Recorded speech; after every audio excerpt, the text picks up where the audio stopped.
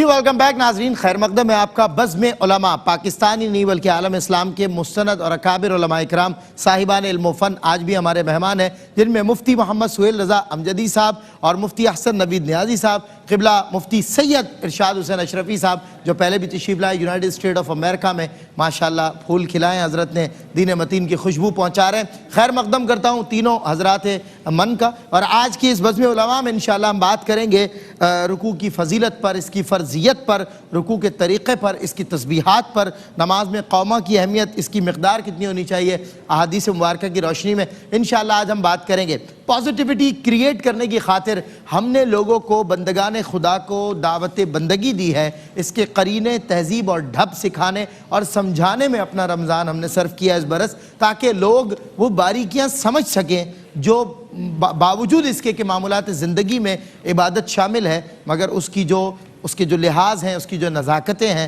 وہ پیش نظر نہیں رہتی، جس کی وجہ سے بعض اوقات خرابیاں بھی پیدا ہو جاتی ہیں۔ تو اس لیے ہم نے علماء کرام کا فائدہ اٹھاتے ہوئے اس برس اس طرح کے موضوعات اور باریکیوں پر بات کرنا چاہیے۔ میں حسب روایت آغاز کر رہا ہوں مفتی محمد سہیل رضا امجدی صاحب قبلہ سے۔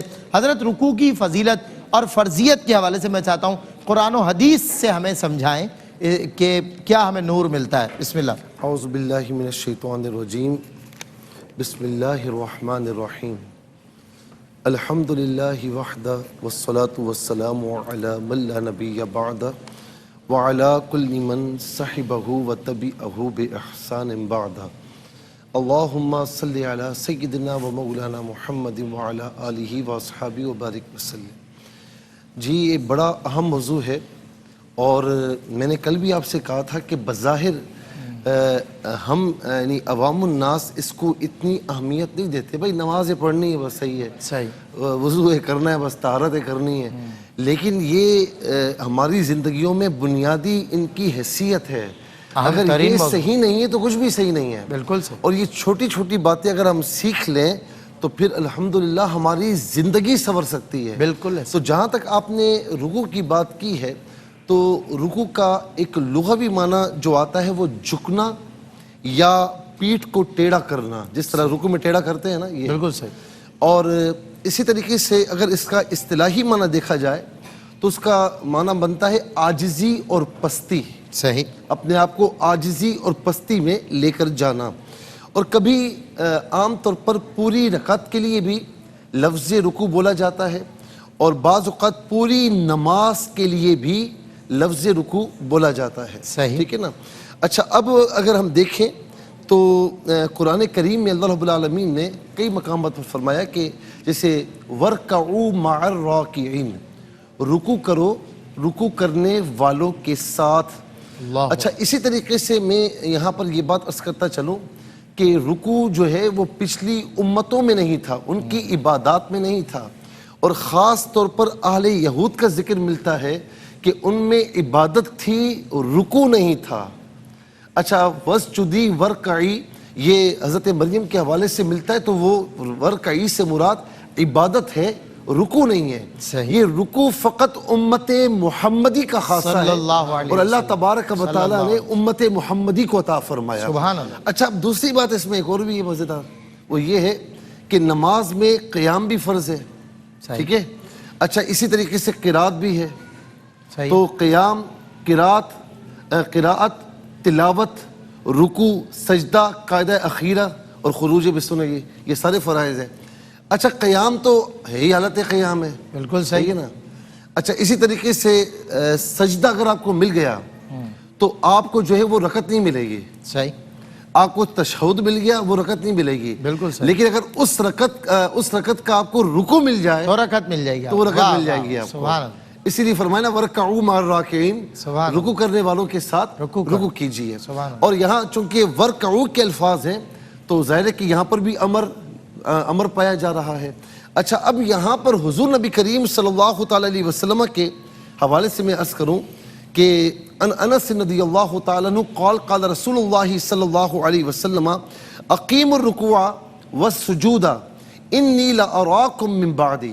اب یہاں مشکوٰۃ شریف کی حدیث ہے اور یہ متفق علیہ ہے، یعنی بخاری اور مسلم کی حدیث ہے، حضرت انس راوی ہیں، کہتے ہیں کہ آقا علیہ السلام نے فرمایا کہ رکوع اور سجود کو پورا کرو، اس لیے کہ میں اگر آگے بھی دیکھ رہا ہوں لیکن میں اللہ رب العالمین نے مجھے یہ اختیار عطا فرمایا ہے کہ میں اسی طریقے سے پیچھے تمہاری نمازوں کے بارے میں بھی دیکھ رہا ہوں. اللہ اکبر. اچھا دوسری حدیث پاک ابی مسعود رضی اللہ تعالیٰ عنہ سے قال رسول اللہ صلی اللہ علیہ وسلم لا تجزی صلاة الرجل حتی یقیم ظہرہ فی الرکوع.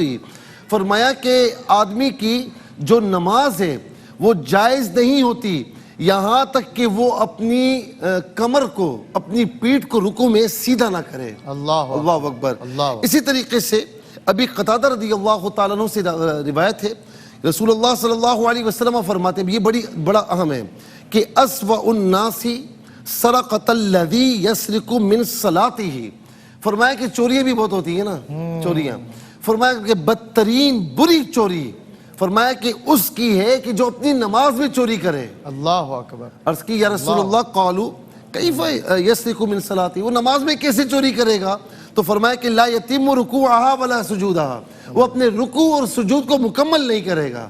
یہ ہے نماز میں چوری. حضرت حذیفہ رضی اللہ تعالی عنہ نے ایک شخص کو دیکھا کہ وہ اپنا رکوع اور سجود پورا نہیں کر رہا. ٹھیک ہے نا. تو فرمایا کہ تیری نماز نہیں ہوئی ہے, تو نے نماز نہیں پڑھی ہے. کہا کیسے نماز نہیں پڑھی؟ کہا کہ جس کا رکوع اور سجدہ ٹھیک نہ ہو اس کی نماز نہیں ہوتی, صحیح مکمل نہیں ہوتی. تو اب یہاں پر میں عرض کروں گا کہ رکوع کی جو کم از کم مقدار ہے نا, ادنا مقدار ہے, وہ اس طرح ہے کہ ہاتھ بڑھائے تو گھٹنوں تک پہنچ جائے, اور اس کی مکمل جو مقدار ہے کہ پیٹھ بالکل سیدھی ہو جائے. اللہ اکبر. کیا بات ہے. میں مفتی حسن نوید نیازی صاحب, ہم نے رکوع کی فرضیت کے حوالے سے اس کی جو عظمت ہے حضرت نے مختلف احادیث مختلف راوی صحابہ کرام سے ہمیں سنائی. جی بس ایک منٹ کے لیے میں عرض کروں گا, ہمارے سید صاحب پھر تشریف لائے تو مجھے دیکھ کر بڑی خوشی ہوئی. تو میں ان کو تمام علماء کی طرف سے آپ کی طرف سے بھی خوش آمدید کہتا ہوں. جی اللہ تعالیٰ حضرت کے فیض سے ہم سب کو فیض یاب آمین. اللہم آمین. اور ظاہر ہے آپ تشریف فرما ہیں, ہمارے جب تشریف لے آتے ہیں بزرگ اور سادات اور ایسی ہستیاں جن کے خانوادے کا ایک نسبی تعلق بڑا گہرا ہو, جنہوں نے دین کی نسل در نسل خدمت کی ہو, تو ظاہر ہے وہ فیض ہم تک ان کے اجداد کا بھی منتقل ہوگا اور ان کا بھی. حضرت تشریف فرمائے. مفتی حسن نوید نیازی صاحب, رکوع کے حوالے سے بات ہو رہی تھی ابھی, حضرت نے فرضیت اور عظمت مختلف احادیث کا ریفرنس بھی دیا. میں چاہتا ہوں آپ بھی مجھے قرآن اور حدیث سے ذرا یہ بتائیے کہ رکوع کی جو مقدار ہے, اس کا جو طریقہ ہے اور اس کے جو قواعد و ضوابط ہیں وہ کیا ہے؟ بسم اللہ الرحمن الرحیم. صلی اللہ علیہ حبیب محمد وعلی آلہ وصحبہ بارک وسلم. رکوع کا بنیادی معنی تو وہی ہے جھکنا, انحناء کو کہتے ہیں, لیکن اصطلاح شرع میں یہ ہے کہ کم از کم اتنا جھکنا کہ گھٹنوں تک ہاتھ پہنچ جائیں. لیکن جو سنت طریقہ ہے, سنت خیر ویسے خود طریقے کو ہی کہتے ہیں, اور ہم جب سنت طریقہ کہتے ہیں تو مقصود یہ کہنا ہوتا ہے کہ حضور جان عالم علیہ السلام کا طریقہ. صحیح. تو حضور کا جو طریقہ تھا اور جس کی سرکار صلی اللہ علیہ وسلم نے تعلیم فرمائی ہے وہ یہ ہے کہ بندہ بالکل اس طرح جو ہے وہ رکوع کرے کہ سر اور پشت جو ہے وہ ایک سیدھ میں ہو جائیں. صحیح. یعنی نہ تو سر زیادہ اٹھا ہوا ہو نہ سر زیادہ جھکا ہوا ہو, پشت اور سر جو ہے یہ ایک سیدھ میں ہو, اس طرح خوب جو ہے وہ استوا ہو, خوب سیدھا ہو بندہ. یہ رکوع کی بنیادی کیفیت ہے جو حضور جان عالم علیہ السلام نے تعلیم فرمائی ہے حدیث کے اندر. لیکن اگر کوئی اس کیفیت میں نہیں بھی ہے تو یہ نہیں کہیں گے رکوع نہیں ہوا. اگر رکوع کی ادنا مقدار کے مطابق بھی رکوع کر لیا ہے تو رکوع ادا ہو گیا, اگرچہ خلاف سنت ہوا. سنت یہ ہے کہ وہ اس طرح رکوع ادا کرے, مرد کے لیے سنت یہ. پھر آگے اس کے اندر جو تسبیح ہے, اس کے اندر کرنا کیا ہے رکوع کے اندر؟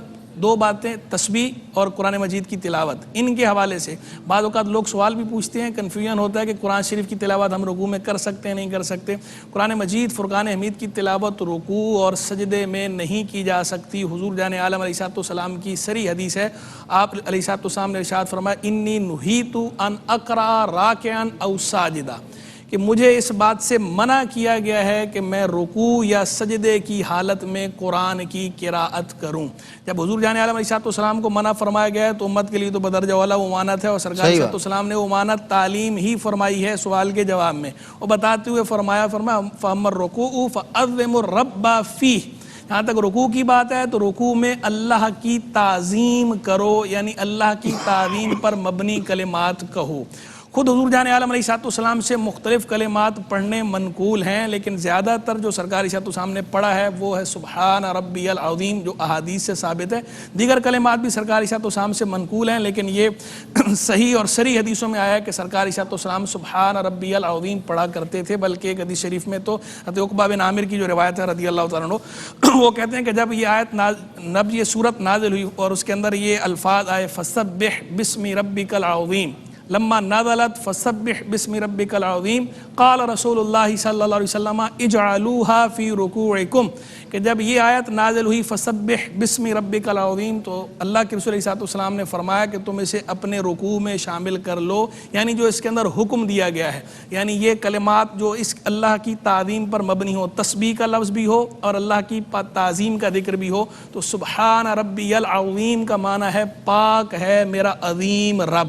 تو وہاں اس کے اندر فسبح کا لفظ تھا تو تسبیح لی سبحانہ، اور آگے تھا اس میں ربی کا تھا تو ربی لیا، اور وہاں تھا عظیم تو یہاں لیا عظیم۔ اور خود حضور جان عالم علیہ الصلوۃ والسلام بھی یہ پڑھا کرتے تھے۔ حضرت حذیفہ کی روایت ہے، اس کے اندر اس بات کا ذکر ہے کہ کان رسول اللہ صلی اللہ علیہ وسلم یقول فی رکوعہ سبحان ربی العظیم سبحان ربی العظیم سبحان ربی العظیم، 3 مرتبہ پڑھنا سرکار علیہ الصلوۃ والسلام کے فعل سے ثابت ہے۔ صحیح۔ اور احادیث کے اندر 3 مرتبہ پڑھنے کی تلقین بھی موجود ہے، اگرچہ جو قولی روایات ہیں 3 مرتبہ تسبیح پڑھنے کی، وہ روایات الگ الگ تو ضعیف ہیں لیکن ایک دوسرے کو تقویت دیتی ہیں، مجموعے پر نظر کی جائے تو تقویت پا جاتی ہیں۔ اور پھر خود حضور جان عالم علیہ الصلوۃ والسلام کا اپنا عمل بھی ہے 3 مرتبہ تسبیح پڑھنے کا رکوع کے اندر، تو لہذا 3 مرتبہ تسبیح پڑھنا یعنی سبحان ربی العظیم کہنا رکوع کے اندر یہ سنت ہے، 3 مرتبہ سبحان ربی العظیم کہنا۔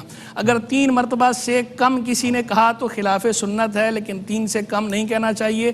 3 سے زیادہ کہنے کی اجازت ہے، یعنی تو 3 سے زائد کہا جا سکتا ہے، 5 7 9، لیکن امام کے لیے بہتر یہ ہے کہ 5 سے زائد نہ کہے۔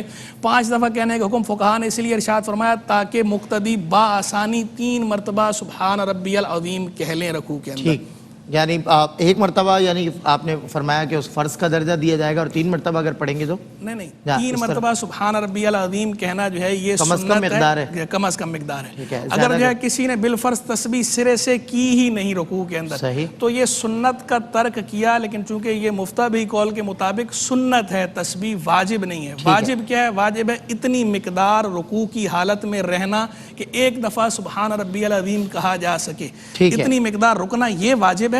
اور تسبیح پڑھنا جو ہے یہ سنت ہے 3 مرتبہ، 3 سے کم پڑھا تو خلاف سنت کیا، لیکن نماز ہو گئی۔ تسبیح بھی اگر بالفرض کسی نے نہیں پڑھی لیکن اتنی مقدار رکا رہا ہے پھر بھی نماز ہو جائے گی، لیکن خلاف سنت کرتے سنت ہے، ہاں ظاہر ہے وہ ٹھیک ہے۔ جزاک اللہ۔ میں قبلہ شاہ صاحب کی طرف بڑھتا ہوں۔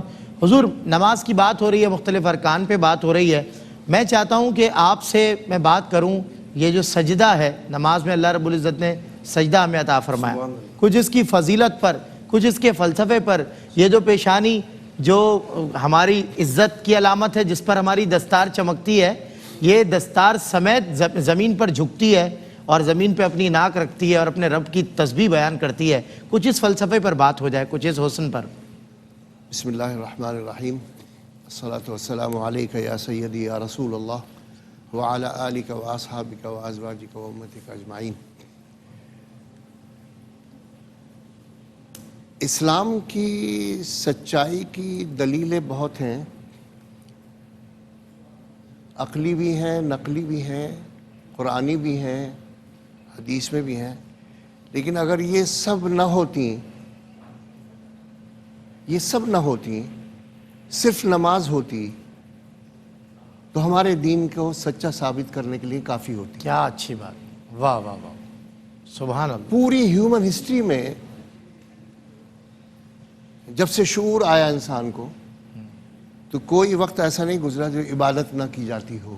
بالکل صحیح، ہر ایک نے اپنے اپنے انداز میں عبادت کرنے کی کوشش کی، شعوری دور میں، شعوری دور۔ حل تعالی الانسان حین من الدہر شیء مذکورہ والی آیت کے بعد کی بات کر رہا ہوں جی۔ لیکن یہ بحیثیت مسلمان کے آپ نہ دیکھیں اس کو کہ نماز وہ ہمارے لیے کیا ہے، یہ الگ بات ہے، لیکن باہر کھڑے ہو کے آپ دیکھیں بحیثیت غیر مسلم ساری عبادتوں کو سامنے آپ لائیں رکھیں، اور نماز کا جو پوسچر ہے، کیا بات، میں ابھی اس کی تسبیحات پہ نہیں جا رہا، میں اس کی روحانیت پہ نہیں جا رہا، وہ تو مسلمان ہونے کے بعد پھر بات شروع ہوگی، لیکن ابھی میں باہر بات کر رہا ہوں بالکل کہ جو آڈینس ہیں اور جو ویورز ہیں، جو تنقید نگار ہیں، یا جو کمپیئر کریں گے سچائی کو دین کی، تو صرف نماز کو اگر دیکھ لیں تو وہ یہ کہنے پر مجبور ہو جائیں گے کہ یہ دین حق ہے، دین برحق ہے۔ کیا بات، سبحان اللہ سبحان اللہ۔ دیکھیے 3 اینگل ہیں جو پوری انسانی زندگی میں سب سے اہم ہے، ایک ہے 180 ڈگری، صحیح، ایک ہے 90 ڈگری، ایک ہے 45 ڈگری۔ بالکل صحیح، یہ 3 اینگل اگر آپ مضبوطی سے رکھیں تو آپ کی بہترین یوگا، بہترین ایکسرسائز اور بلڈ سرکولیشن اور جو مسل کا اسٹرینتھ ہے وہ ان 3 جو اینگل ہیں، ان 3 میں مضمر ہے۔ بالکل صحیح، یہ اسلامی نقطہ نگاہ سے بات نہیں کر رہا، یہ میں سائنٹیفکلی بات کر رہا ہوں۔ بالکل صحیح، بالکل صحیح، اب ہماری نماز کی ابتدا ہوتی ہے 180 ڈگری سے، صحیح، بالکل سیدھے ہم کھڑے ہیں، بالکل اٹ مینس کہ you are in a position of 180 degree. بالکل صحیح، اس کے بعد رکوع ہے، رکوع ایگزیکٹلی 90 ڈگری ہے، بالکل صحیح۔ اور اسی لیے جیسے حضرت فرمایا کہ یہ رکوع ہوتا ہی نہیں اگر 90 ڈگری مینٹین نہ کریں آپ۔ اللہ اکبر، اللہ اکبر، 90 ڈگری مینٹین کرنا ضروری ہے، ورنہ رکوع نہیں ہوگا، نہیں ایسی حالت میں رکوع نہیں ہوگا، بالکل سیدھی کمر، 90 ڈگری پہ آنا ضروری ہے تاکہ جو مسل ہے، جو بیک بون ہے آپ کی، اور جو دماغ میں سرکولیشن آف بلڈ ہے وہ بہتر ہو جائے۔ اب اس کے بعد تیسرا حصہ ہے سجدے کا، ہائے ہائے، جو آپ نے سوال کیا، آپ ناپ کے دیکھ لیں ایگزیکٹلی 45 ڈگری پر سجدہ ہوتا ہے۔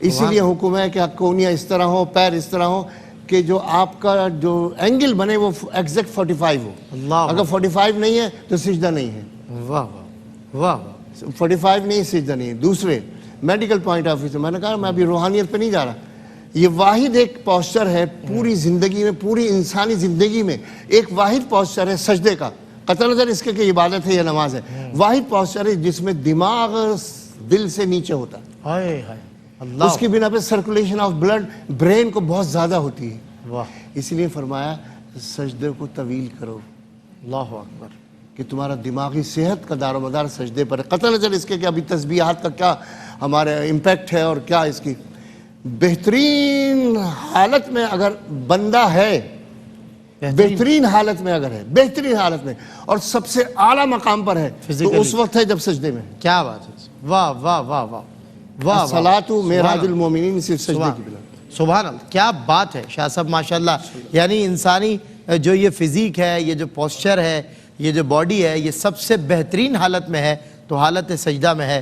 وفا کی میں نے بنیاد آج زیر آسماں رکھ دی، وہیں کعبہ سرک آیا جبھی میں نے جہاں رکھ دی، میرا اثر آپ کے قدموں پہ ہو تو اس کا کیا شکوہ، ہماری چیز تھی ہم نے جہاں چاہا وہاں رکھ دی۔ بریک کے بعد ہوتی ہے آپ سے ملاقات۔ اتنا ہمارا اتنا تمہارا شان رمضان۔